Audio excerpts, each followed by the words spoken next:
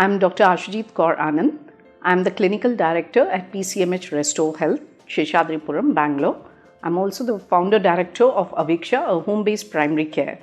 My expertise is in HIV, palliative care and geriatric care.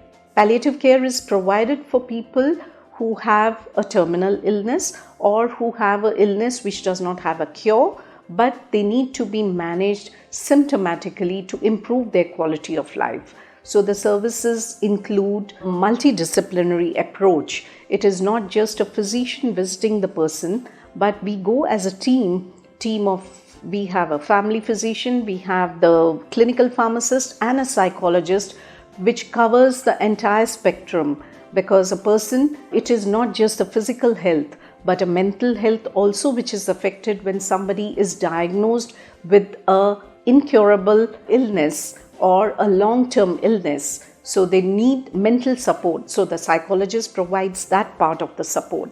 And we do take care of the pain part of it, the medications, which is managed by a clinical pharmacist and his expertise with the family physician.